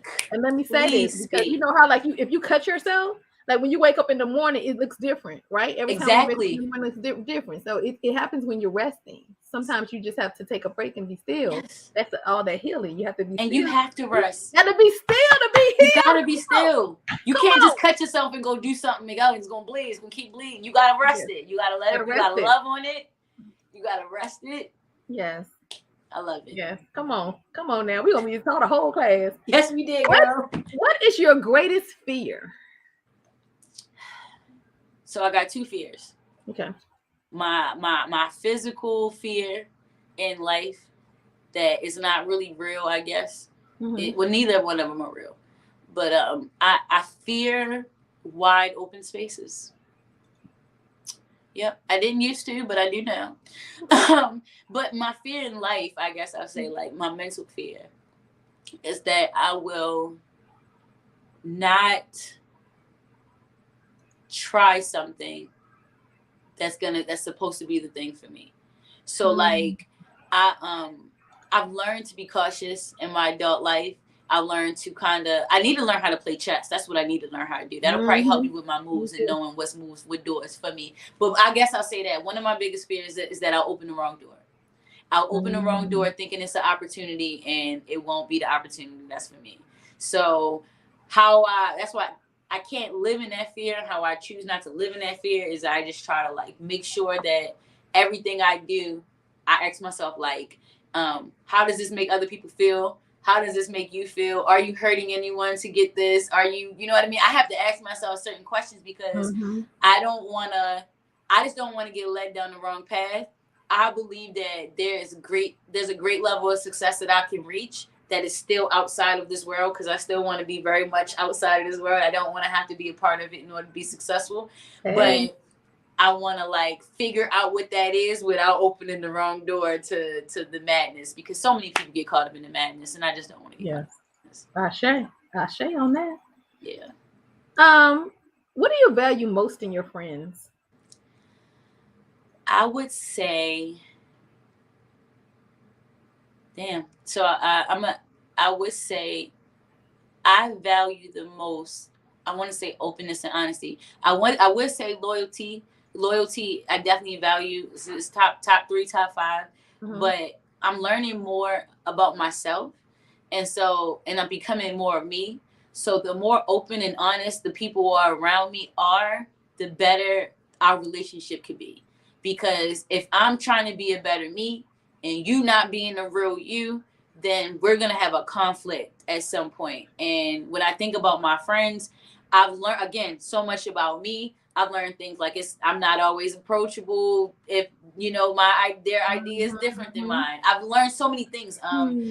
They may not feel comfortable, like, bringing up an issue or a problem. So these are things that I need my friends to be real and honest with me about. And since then we can build and work on, but I can't have friends around me that just like appease me and just tell me everything I want to hear. Like, I need people to be like, help me be better so I can help them be better so we can be better. And everything don't got to be about being better. Sometimes we can just live in our shit too. But I need people who can be open and honest with me. I think I value that the most. So be real with me. Be real with me, Tell me the truth. Tell me the truth, because that's gonna make it all better for both of us. Then I can respond accordingly. If people don't have money, how can we support you? You can support us by that's a great question, and I should have so many answers. I love the way you worded that. You're a great interviewer. I would say you can definitely follow us. Anywhere you follow us is good. Anytime you share something that we have going on, it's helping us. Ultimately, the more fan base we build up and followers we build as we launch our network. So I didn't even mention this, but ultimately one of the goals of the Poetry Party is to launch a network where we can play and reproduce all the shows that we have on our own network. Obviously, we would love to be able to put it on Netflix. Netflix is going to send me, they're going to call me one day. Netflix and Hulu, somebody's going to call me. I don't know who, but somebody's going to call me. But in the meantime, I want to create our own network where, whether it's Vimeo or whatever it is, where we can reproduce these shows so people can watch. So again, that's not going to cost, you don't have to pay for that kind of stuff. So we want to provide stuff that people can watch, people can enjoy from their home. So we're working on it. But again, the best thing anyone can do right now, with or without any kind of monetary involvement, is to just tell people about it. Tell people about it. Share the word. Let people know that, hey, it's something cool going on in Baltimore City. We got to support them. Because no shade to nobody else, but this is a platform that's actually giving back to the city. That birthed it, that it's in, that it's, yes, okay, next Deaf Poetry Jam, you better manifest it, let's go. But that's the goal. And we gotta support the platforms that support us. I love and support all the Say other that platforms, all the again. other things, but the Rewind ones that that. are here, Yes. we got to keep them alive. Yes. Ashe. So, I will say, if you do have money, even if it's a little bit of change, you know how you be thinking, I just got $5, I just got $2, I just got $4. That's cool, because every dollar counts. Every dollar counts. And how you can support her, if you have money, look at the bottom of your screen and scrolling, you can see how to support her. I'm gonna ask you one more question. Yes. I'm gonna open up the floor for anybody on our Facebook live or anybody on our YouTube live who would like to type a question in the comment. You better ask Kish now, because Kish the Lioness is busy, child. Yo, So we you better going ask me questions places. that you want to know now. So I'm gonna ask you one more question. I'm gonna ask you to close with a piece, and then I'll bring in my co-host and see what the audience has to say. Okay, I can So get that. I'm gonna say, shout out a person or an organization or a host that hosted you well when you were asked to speak in any capacity.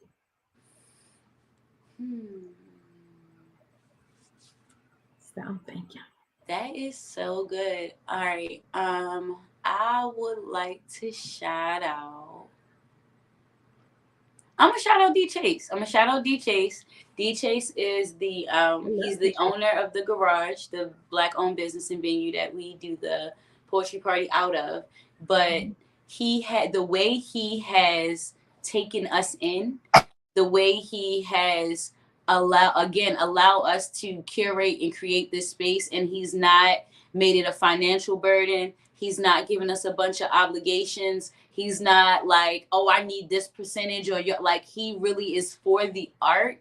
Like, he literally is like, hey, early on the scene, he was big, heavy early on the scene, but can look at what we're doing and say, all right, y'all can come in here and do this one time. We come in there and we do it one time, and then we're family after that. And that's the kind of host, because he hosts us in his venue. You know, if I had to really shout out anybody that really took care of, and I say really managed my art, my gifts well, I definitely would have to shout out D Chase in the Garage, because when you, as an artist, when you walk into that space, whether you are at an open mic, whether you're at a showcase, whether you got booked to do a date night or sipping paint or whatever got going on as an artist, you walk in there for your gig you're going to get treated, and you're going with not just like the utmost respect, but you're really going to get treated like a star. And it's a space for you to really feel like you're home. So I have to shout them out. It's got to be them.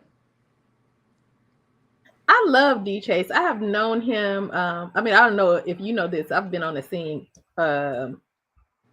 Child, it's been all I know is enough. I don't know all the ins and outs, but I knew enough that when you asked me, I said yes. I was like, absolutely. Yes, like, but I'm going to say that, D Chase, right, was on the scene when I came on the scene in 2000, right, doing things. And I don't know, I know people know who Raheem Devon is, right? Mm-hmm. But before there was Raheem Devon, there was Urban Ave, and it was a group of them, right?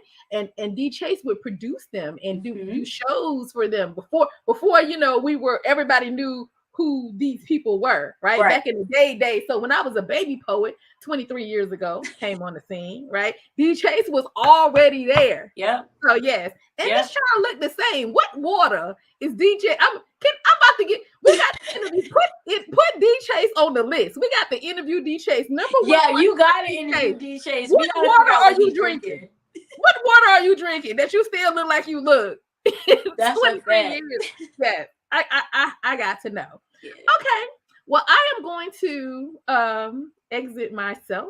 Let you close with a piece, and then I'll bring back my co-hostesses and see what they got to say. Okay. All right, y'all. This has been exciting. Honored to just have this experience with y'all. This has been a lot of fun. I'm going to close with a poem that, because we talk so much about being a mom and being a mompreneur, I had dedicated this poem to my daughters. I have two twins, a set of twins, as I mentioned. Their names are Justice and Jade. And I wrote this poem when I saw their names in a newspaper clipping for a young girl named Jade, who died on her way to the police station being interfered. Well, her ride was, not the police station. She was on her way to the hospital, but she was stopped by the police and she died. And so the title read Justice for Jade. So when I, all the way in Baltimore, read an article that says Justice for Jade, and I see my 2 daughters' names in this newspaper clipping, it really put things in perspective for me, and just kind of showed me like, this could be you, this could be your daughter, this could be any woman you know. So this poem is called Justice for Jade, and I hope you all can appreciate where it came from.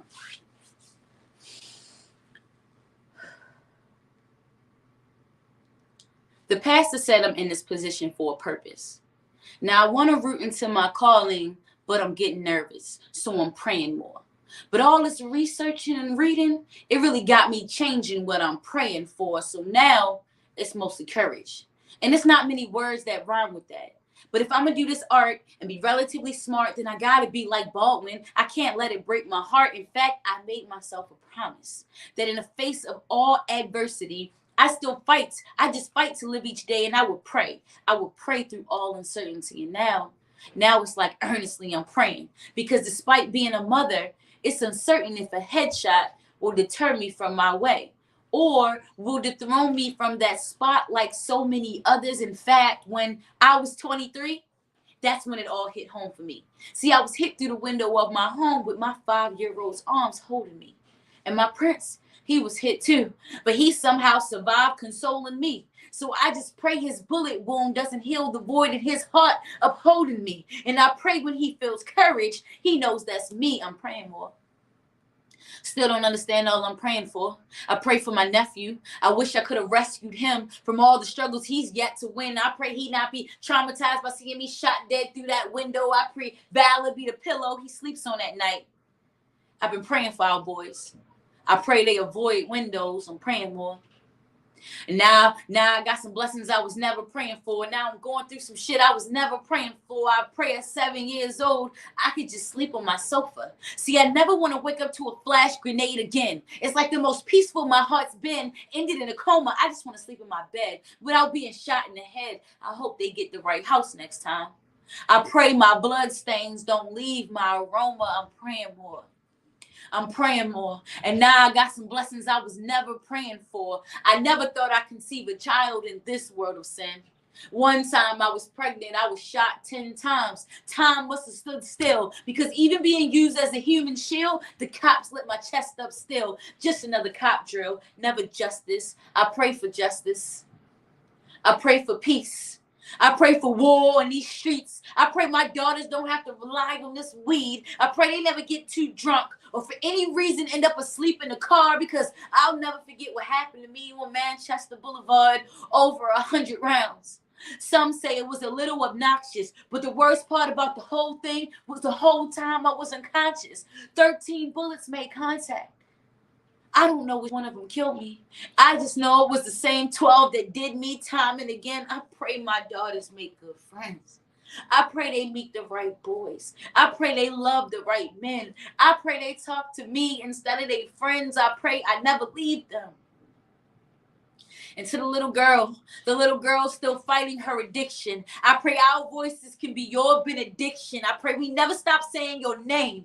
I pray cop killings become less of a tradition. I pray your murder will lead us to change. I pray for Jade. I pray for Jade. I pray the protest never fades, but the need for it does. I pray we never forget that you had good grades. I pray you get another chance to dance. I pray you live in peace and you lay in peace and you sleep in peace in your final stance. Because if I stand here as a representation of every Black woman killed by the police, then I gotta save my daughters in advance. I'm praying more. Still don't understand all I'm praying for.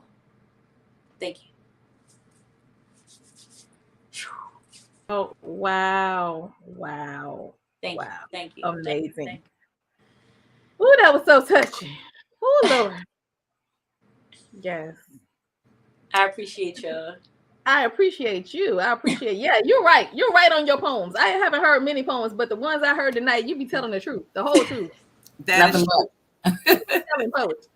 This was beautiful. Thank you guys so much for this. No, thank you. KaNikki mentioned it, but it has been mentioned to us that what we started as a something to do during the pandemic has turned into a masterclass.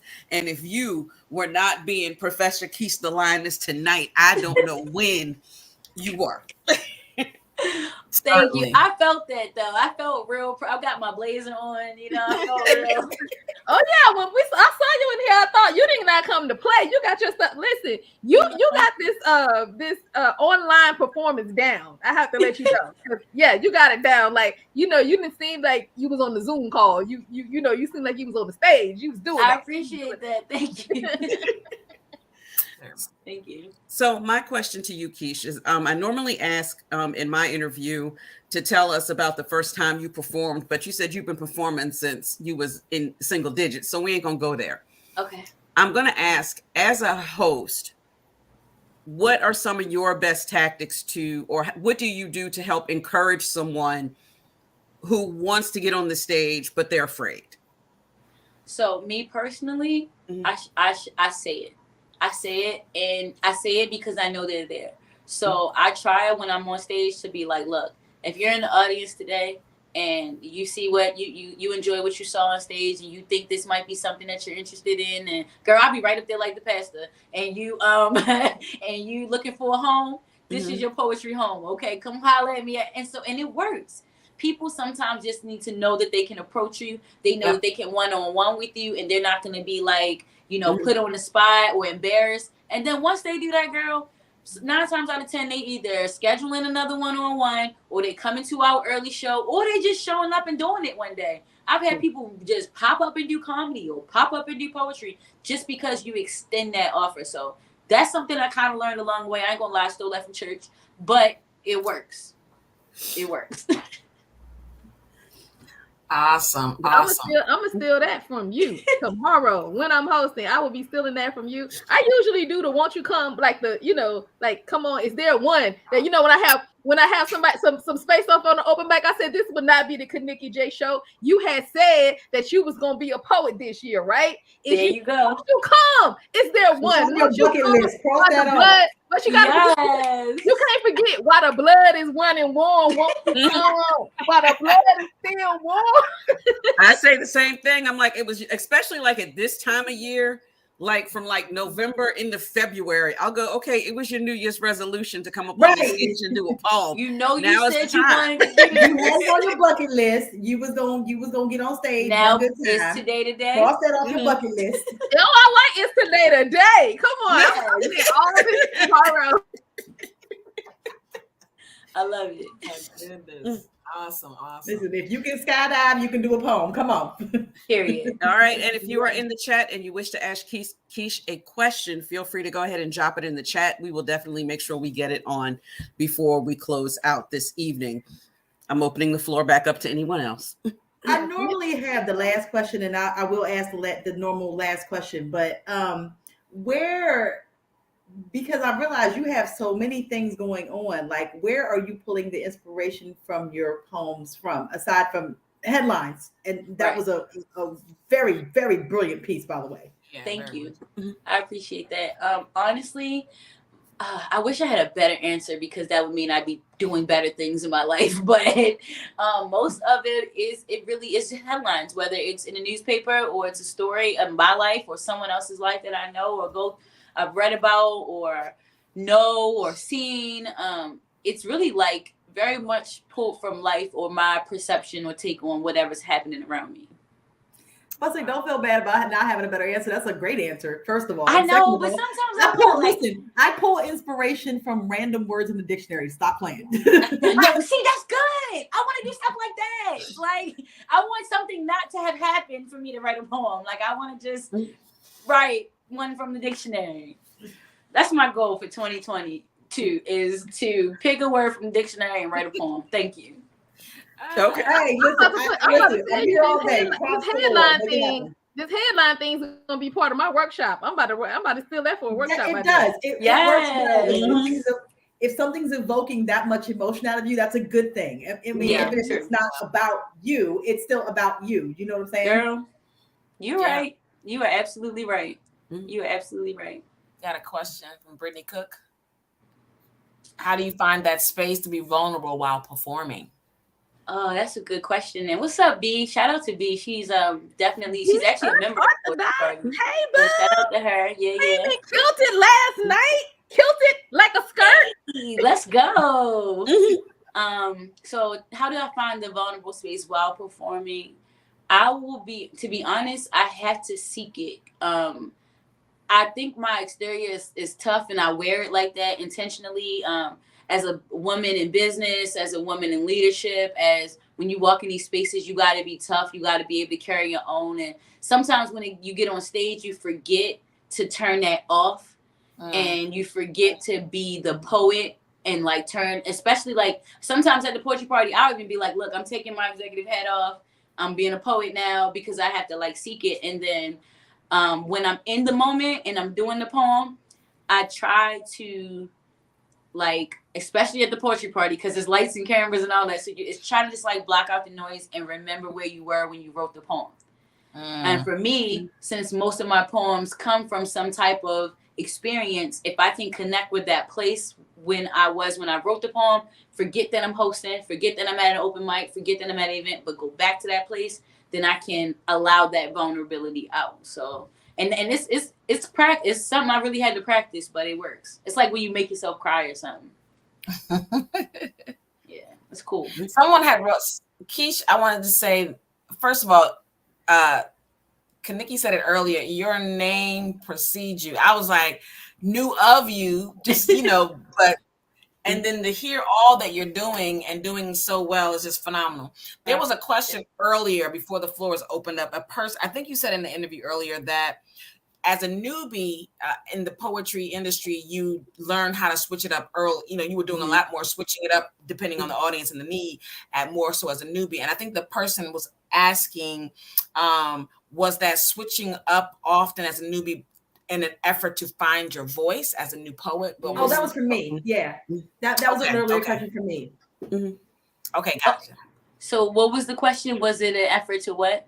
You were talking about being able to switch up, and I said, and I said, is that when you're a newer poet, is it one of those things where you're I got to go back and like find why? Give me 2 seconds. Like why?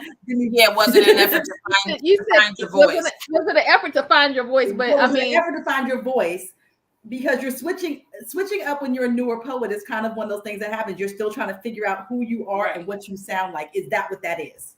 Yes, it was definitely a big part of that, but it was also protecting myself in my poetry and my my confidence, because when you go into a place, you might have something in mind. You might be prepared to be vulnerable, but you might not be confident enough to be vulnerable. So you might have to switch it up as a newbie and do the more confident piece so that you can protect the other vulnerable piece and protect yourself and not put that out there until you're ready. So yeah, it's a combination of finding your voice, but it was also like I knew my art was different from a lot of the stuff that I seen, a lot of stuff that I heard. So I knew when the time for me to put certain things out, if I wasn't ready as the newbie, then I would kind of stick to what I was more confident doing. So when people remembered me, they would remember Kish the Lioness. And honestly, now that I've moved into this safe space that I feel like I've created for myself, when you come, I'll be honest with y'all. So look, when you come to the poetry party, like I feel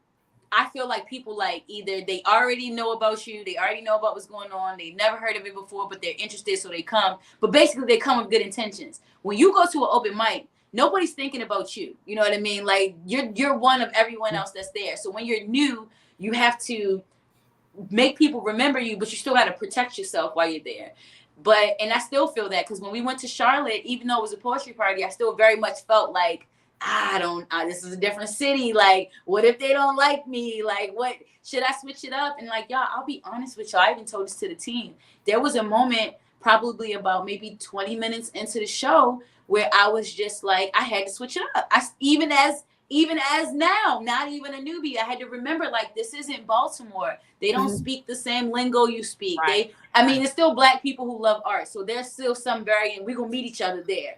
But I had to find where that was and meet them there. And then once I got it, not only did I see the difference in them, I felt the weight lift up out the room. Next thing you know, I feel comfortable. So as a newbie, you learn to protect, I would say protect your art. And that might be why you got to switch it up. But even as into the game, I don't know what I'm considered now, novice. I don't know. What's in the middle?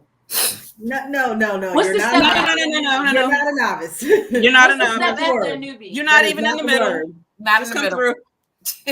Well, y'all know what I'm saying. All I'm Yeah. saying is You a decade in, son. you never stop having to switch it up if you need to.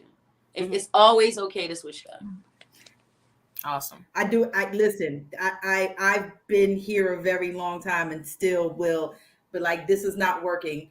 Let me step back, gauge what's happening, and go, Yes. what can I do to bring us back together? Right. Yes. Right. Yes. What are Oh. some practices that helped you gain confidence as a poet? How did you step into the lioness mode per se? Ooh, That that's also a is great from question. Brittany. That's a great question. So practices that help me gain confidence as a poet is literally practicing poetry. Like anybody, we can write. We're writers. You write poetry. It's your poetry. It doesn't have to be spoken. It doesn't have to be heard. It never has to be corrected or edited or changed in any way, shape, or form. When you're done with the poem could be done or it could never be done.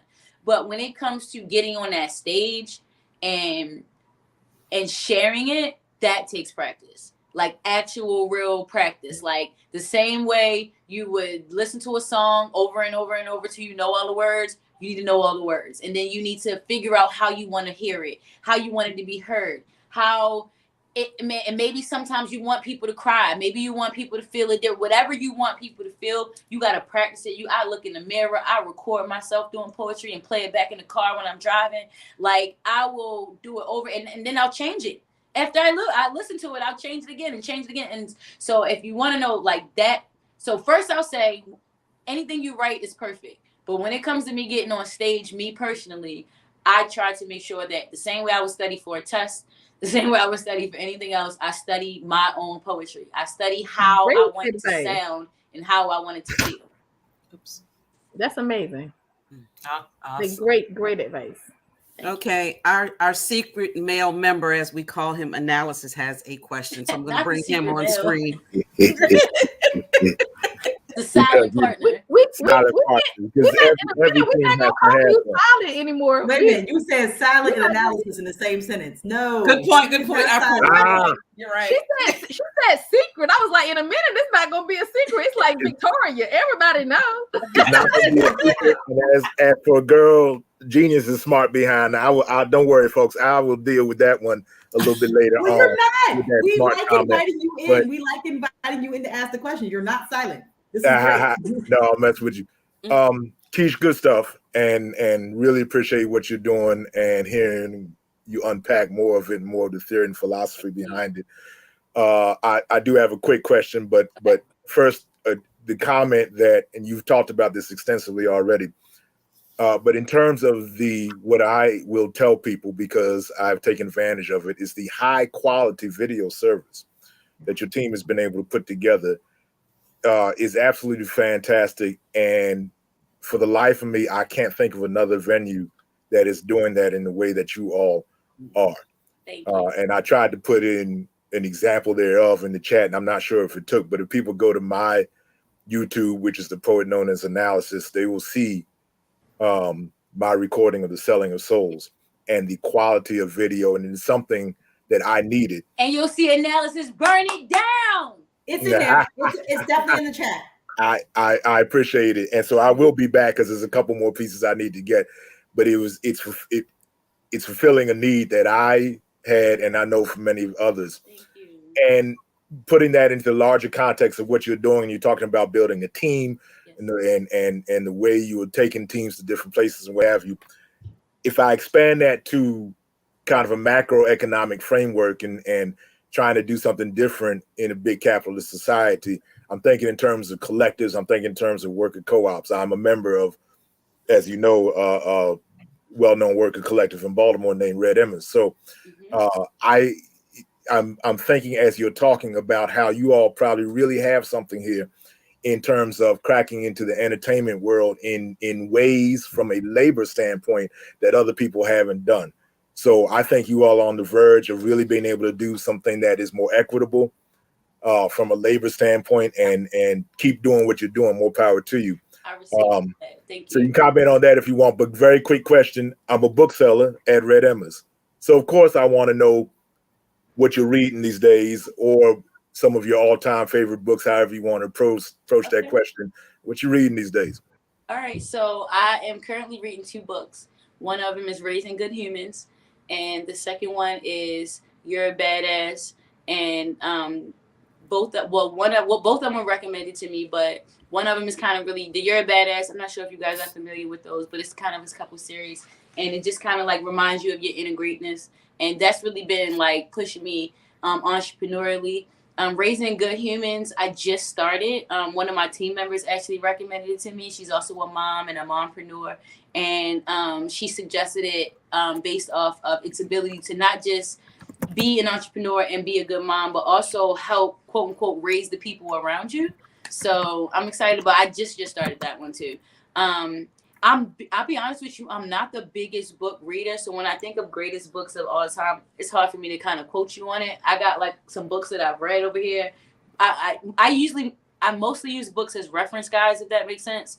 So I kind of like mostly reference them. I have tons of poetry books that I bought from the likes of people like you all, but I'm just kind of being more intentional, maybe within the last 6 to 8 months, about sitting down and reading. And these 2 I just started. Well, the one I just started, the other one I'm almost done. And I'll say I've been missing out. I definitely been missing out. Like, it's nothing like sitting down and just reading a good book. Like, it just kind of taking me back. So I even appreciate the question, because I actually can answer it, because if you asked me 8 months ago, I wouldn't have had an answer for you. But I appreciate that. And even just you reminding me about the collaborative and the networking that we can do at Red Emma's. And again, y'all being right here in our city. So I appreciate that.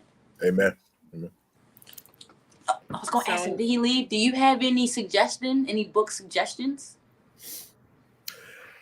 Oh my goodness. Don't get him started. Let him email you. Only two. Please, only 2. Because only 2. There are a lot of good books from a labor standpoint and from an organizing standpoint. The Revolution Will Not Be Funded is a popular seller, looking at nonprofits and what have you. And you're not a nonprofit. I realize that, but it might be still something interesting to look at from that angle, so that even as you set up a business, in terms of working, how you might want to set some things up. No, I like that. And then out of the thousands to suggest, I always go back to some history. I mean, you're somebody who I know would love some legitimate, accurately written history. So if you have never dealt with James Lowen's Lies My Teacher Told Me, you ought to. Deconstructing the falsities in how American history textbooks are written and correcting some of those. So say less. Thank you. Mm-hmm. Thank you. You're welcome. All right. So one other question from the chat was, how did you go about building your team? And that was from Dawn. Oh, wow. That's a great question. So when I first started, it was just me. It was, I did it for 7 months, like I said, by myself. And then throughout that time, we got like regulars, people who would just come and support all the time. So when we had to go virtual, I started doing it at my house. And of those people, I kind of like was seeing people I was cool with, that I trusted, to like have them come to my home and help me do this virtual thing. We didn't know it was going to turn into all of this, but ultimately it just started with a small group of us. It was myself, Nate Variety, who's still with us. He started off as our camera guy. He literally had like a little gimbal where he was like recording everything. And then Frank, he's the only member who's actually been there with me since I first started. So even when I was running by myself, he was still like there. But he was kind of more like the artist that was always there. We didn't have an artist. He was always getting artists to come. He was like that guy to kind of help make sure artists were always coming. So that was dope. That's why he's our operations manager now. So and everyone got promoted. So it's really cool. Nate was like our video guy. He's our digital media manager now. And these people have real positions and like jobs and stuff. It's pretty cool. But we had another member of our team who parted with us after the first year, but she was also very intricate in like the building and stuff. She was a singer, artist. Some of you guys might know her, but she was really dope and just like us those beginning stages and helping us to like continue to be consistent. Once we got to the garage, and we established a home there, the team was able to expand by like linking back up with Mavo, our audio production, the guy that I told you guys about, bringing him back on board, and then we're in a much bigger venue. We're in a much bigger space. We have a home. We don't have none of the other things we're worried about. So we started an internship program. So now we bring interns on. We train them for 6 months. If they make it through their internship, sounds like a Diddy thing. But if they make it through their internship, and they still, of course, want to continue with the poetry party, then they become a member. So you become a member, then now whatever your role is as an intern, you kind of train for as a team member, and then you become that. So perfect example, we just had a member, Kiana LaShawn. She just finished her 6 months in January. She interned as a camera op. Now she's the lead camera operator for the poetry party. So it's pretty cool. Like, and that's how we build the team now. So it started off as like the founders and how we just found the thing, but now to be a part of it, you got to go through the internship. And while you're in internship, that's when you learn about the culture, you learn about the history, you learn about everything. So that way, everyone on our team, when you come, it's like going to Chick-fil-A. Everybody's going to give you the same service, the same love, the same energy. So it's dope. Okay, so we are coming up to the end of the interview. So I'm going to go ahead and kick it to Girl Genius with the last question of the evening. All right. First of all, I will tell you, based on your last answer, I cannot tell you as from the artist end how much I appreciate consistency. Mm-hmm. Thank you. From the artist end, that's a thing that is rarer than we tend to think. Yes. Yes. Yes. The last question is always exactly the same, and I always love to hear these answers. There is no limit, but you know, it becomes this big, huge deal somehow. The question is this: now that you have been on the show, now that you know the news, now that you know the segments, and that includes our new segments. So we have passion projects, we have let's talk about the ... which normally, like I said, normally is books, poets and platforms, which is the one you're on now, and from behind the microphone segment. Right. Now that you know those 4 segments, who do you think would make a good guest for 2022? All right, so outside of D Chase. I've rotated. I wrote that down already. We're good. All right.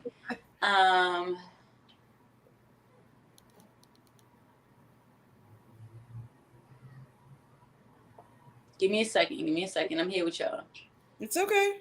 I would suggest I want to do somebody that could really benefit from this.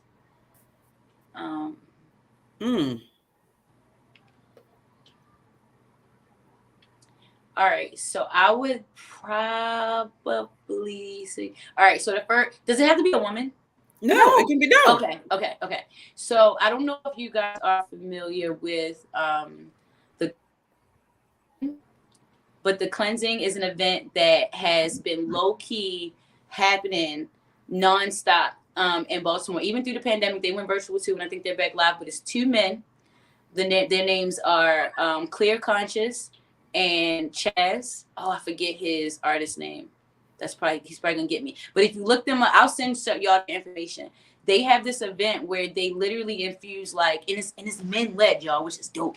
So it's like they infuse like healing with their arts. They do artistry. One of them plays the guitar. They rap. They do poetry. But they talk and they discuss these topics.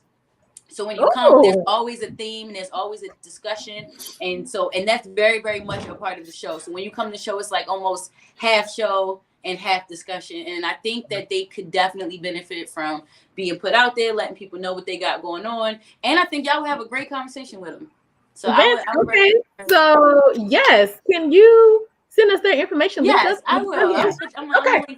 Okay, and don't forget me. Don't forget me. Yeah, we'll be. Y'all, I really like asking that question because it's interesting to me to watch who artists decide they want to big up and who they feel like they could benefit, like getting an intervyu with. Like who would you interview if you had a chance Poets for dinner. That's a great suggestion. He is on the list. Yeah. Okay.